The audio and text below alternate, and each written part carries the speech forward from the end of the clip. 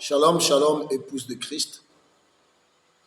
Par la grâce du Seigneur Jésus-Christ, je voudrais vous exhorter sur le péché originel. La Bible dit dans Genèse au chapitre 3, le serpent était le plus rusé de tous les animaux des champs que l'Éternel Dieu avait fait. Il dit à la femme, Dieu a-t-il réellement dit, vous ne mangerez pas de tous les arbres du jardin? La femme répondit au serpent, nous mangeons du fruit des arbres du jardin, mais quant au fruit de l'arbre qui est au milieu du jardin, Dieu a dit, vous n'en mangerez point et vous ne toucherez point, de peur que vous ne mouriez. Alors le serpent dit à la femme, vous ne mourrez point. Mais Dieu sait que le jour où vous en mangerez, vos yeux s'ouvriront et que vous serez comme des dieux connaissant le bien et le mal. La femme vit que l'arbre était bon à manger et agréable à la vue, et qu'il était précieux pour ouvrir l'intelligence. Elle prit de son fruit et en mangea. Elle en donna aussi à son mari qui était auprès d'elle, et il en mangea. Les yeux de l'un et l'autre s'ouvrirent, ils connurent qu'ils étaient nus, ayant conçu des feuilles et des figuiers, ils s'en firent des ceintures.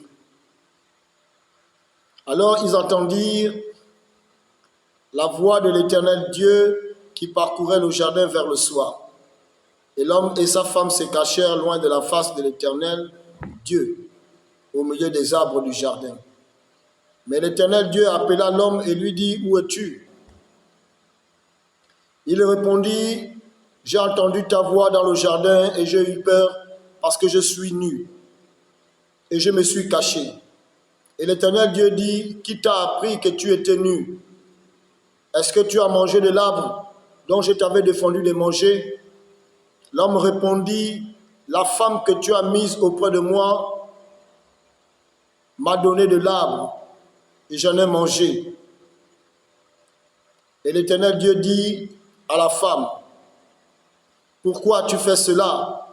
La femme répondit, le serpent m'a séduite et j'en ai mangé. Que le Seigneur Jésus-Christ bénisse sa parole. Le thème ici, c'est le péché originel. Je voudrais, par la grâce du Seigneur Jésus-Christ, vous démontrer, au travers des Écritures, quel est le péché qui a été commis dans le jardin d'Éden. Mais pour comprendre cette thématique, nous devons d'abord, au départ, comprendre quel est l'arbre de la connaissance du bien et du mal et quel est l'arbre de la vie éternelle. Je vais vous amener à comprendre que l'arbre de la vie ici n'identifie pas un arbre naturel. Et l'arbre de la connaissance du bien et du mal ne représente pas un arbre naturel. La Bible dit dans Jean au chapitre 1 qu'au commencement était la parole était avec Dieu, la parole était Dieu. À partir du verset 14, la Bible dit, la parole s'est fait chair. Dieu a pris une forme humaine, on l'a appelé le Seigneur Jésus-Christ. Et Jean 6, à partir du verset 51 jusqu'à 66, le Seigneur Jésus-Christ dit, je suis le pain de vie qui est descendu du ciel. Quiconque mange de ce pain a la vie éternelle. Alors on comprend que l'arbre de vie qui était au jardin d'Éden, c'est Christ. Et si l'arbre de la vie c'est Christ, alors l'arbre de la connaissance du mal et du bien représente alors Satan. Deux doctrines différentes. Alors Dieu donne sa doctrine à Adam. Tu pourras manger de tous les arbres du jardin, excepté l'arbre de la connaissance du bien et du mal.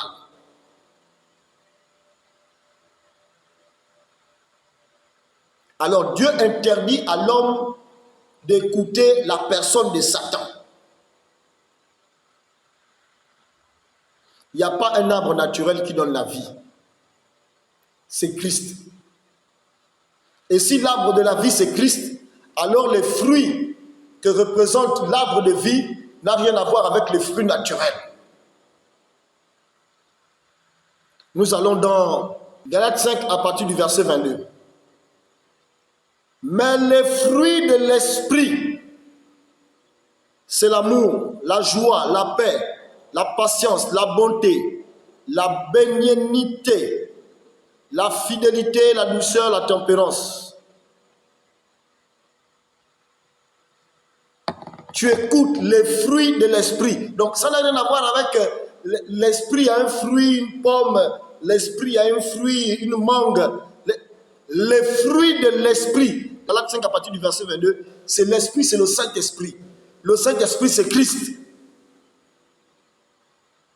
Et si l'arbre qui donne la vie, c'est Christ, alors les fruits de l'arbre de la vie, ce n'est pas des fruits naturels. Galates 5 à partir du verset 22. Et les fruits de l'esprit. Tu écoutes. Donc ça n'a rien à voir avec les fruits naturels, ça n'a rien à voir avec un arbre naturel. De même que l'arbre de la connaissance du bien et du mal identifie la personne de Satan, le diable, alors ça n'a rien à voir avec un arbre naturel. Alors les fruits de l'arbre de la connaissance n'ont rien à voir avec des fruits naturels. Galates 5 à partir du verset 19. Or, les œuvres de la chair, ça c'est les fruits de l'arbre de la connaissance du bien et du mal. On mentionne ces fruits-là comme étant les œuvres de la chair. Écoutez. Or, les œuvres de la chair sont manifestées.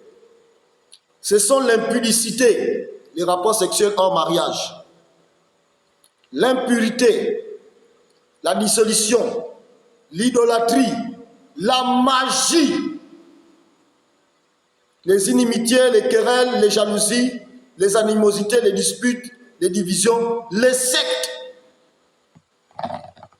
Quand tu écoutes la jalousie, tu peux encore sous-estimer. La magie qui enseigne ça à l'homme. Les sectes qui enseignent ça à l'homme. La magie qui enseigne à l'homme la magie. Donc l'arbre de la connaissance du bien et du mal identifie la personne de Satan. Et les fruits, autrement appelés les œuvres de cet arbre-là, c'est Galates 5 à partir du verset 19. Donc ça n'a rien à voir avec un arbre naturel, ça n'a rien à voir avec des fruits naturels. Alors si les deux arbres ne sont pas des arbres naturels, et que les fruits que chacun manifeste ne sont pas des fruits naturels, quel est le fruit que Ève a mangé alors que la parole de Dieu dit Ève mangea de son fruit. As-tu mangé de l'arbre auquel je t'avais défendu de manger? Donc elle a pris ça de l'arbre de la connaissance du bien, du mal et du bien.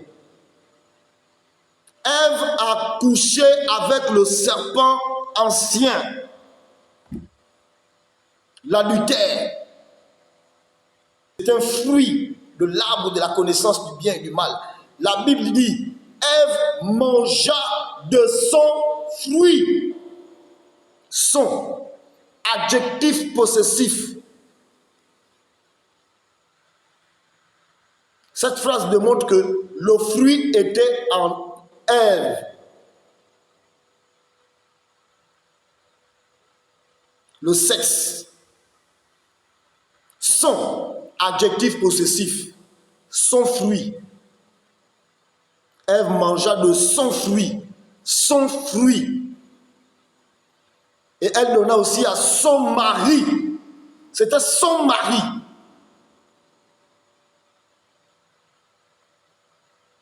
Alors nous comprenons tout de suite que elle a commis adultère. Et lorsque Ève a commis adultère de ses rapports sexuels avec le serpent ancien, parce que le serpent ancien n'était pas encore sous le joug de la malédiction, est venu Caïn. Le serpent était encore debout. La Bible dit que serpent, puisque tu as fait cela, désormais tu ramperas par ton ventre. Alors comment était le serpent? Comment était le serpent avant la malédiction? Le serpent était debout. Il a eu des rapports sexuels avec Ève. De ces rapports sexuels est venu Caïn. La Bible dit dans 1 Jean, chapitre 3, à partir du verset 12, ne ressemblait pas à Caïn qui était du malin, car ses œuvres étaient mauvaises. La paternité même de Caïn venait du malin, du article partitif.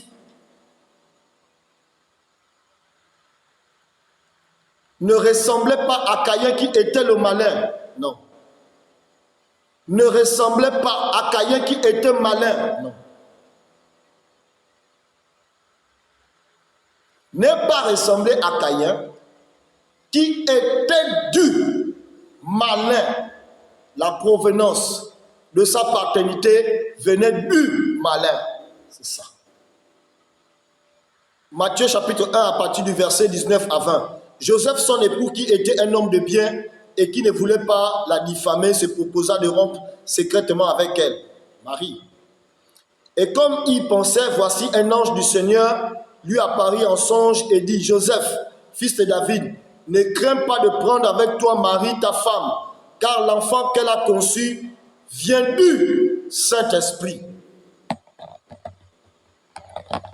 Ne crains pas de prendre Marie, ta femme, car l'enfant qu'elle a conçu vient du Saint-Esprit. De l'autre côté, ne ressemblait pas à Caïn, qui était du malin. La paternité du bébé Jésus vient du Saint-Esprit. La paternité de Caïn vient du malin. Caïn n'est pas mentionné dans la Bible comme étant la descendance d'Adam. Dans Luc 3, à partir du verset 38, on parle de la généalogie du Seigneur Jésus-Christ. Fils de Nos, fils de Seth, fils d'Adam, fils de Dieu. Caïn n'est pas mentionné comme étant la descendance d'Adam.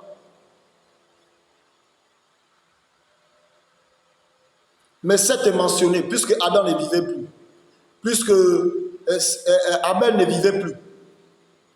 N'est pas ressemblé à Caïn qui était du malin parce que ses œuvres étaient mauvaises. Donc Ève a eu des rapports sexuels avec le serpent ancien. Après, elle est allée avoir des rapports sexuels avec Adam. Elle a mis au monde Caïn. Ensuite, elle a mis au monde Abel, des jumeaux. Ève dit, je rends grâce à l'Éternel Dieu de m'avoir donné un enfant. Est-ce que c'est Dieu qui enceinte des femmes? Ce n'est pas Dieu. Mais c'est Dieu qui donne des enfants aux femmes. Alors Ève rend grâce à Dieu d'avoir mis au monde Caïn. Après, elle a mis au monde Abel. Caïn a tué Abel, la Bible précise, et après elle connut encore Adam. Et elle mit au monde Seth, et l'adoration avait repris. En Genèse 5, tu vas voir la descendance de Caïn. La Bible dit,